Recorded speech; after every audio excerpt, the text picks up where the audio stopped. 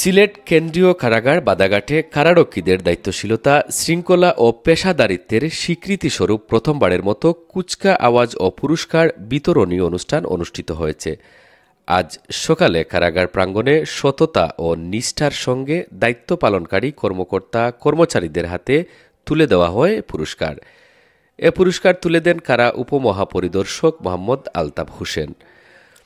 প্রধান অতিথির বক্তব্যে তিনি বলেন, সিলেট কেন্দ্রীয় কারাগার বাদাঘাট শুধু একটি সংশোধনাগার নয়, এটি মানবিক মূল্যবোধ, নিরাপত্তা ও পুনর্বাসনের একটি গুরুত্বপূর্ণ প্রতিষ্ঠান। সারা বছরব্যাপী তাদের সাথে আমরা যে পেশাগত দায়িত্ব পালন সেগুলো করে থাকি, সাথে সাথে যে বিনোদনমূলক বিষয়গুলো আছে সেই সমস্ত বিনোদনগুলো কারাবন্দীদের ভিতরে অতীতে ছিল না।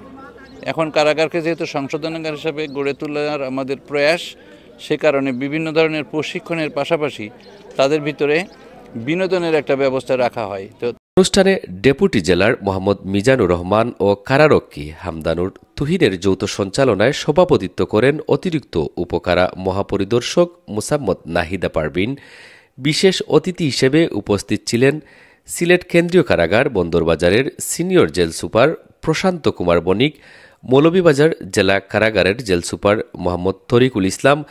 অনুষ্ঠানটি সার্বিক তত্ত্বাবধান করেন সিলেট কেন্দ্রীয় কারাগার বাদাঘাটের জেলার মোহাম্মদ তরিকুল ইসলাম। বিশেষ অতিথিরা তাদের বক্তব্যে বলেন, কারাগার শুধু বন্দীদের আটক রাখার স্থান নয়, এটি একটি শিক্ষা, প্রশিক্ষণ ও নৈতিকতা পুনর্গঠনের কেন্দ্র। পেশাদার ও দায়িত্বশীল কর্মকর্তাদের কারণে কারা ব্যবস্থাপনা আরও শক্তিশালী হচ্ছে। অনুষ্ঠানে কারা বিভাগের কর্মকর্তা, কর্মচারী সহ অন্যান্য অতিথিরাও উপস্থিত ছিলেন।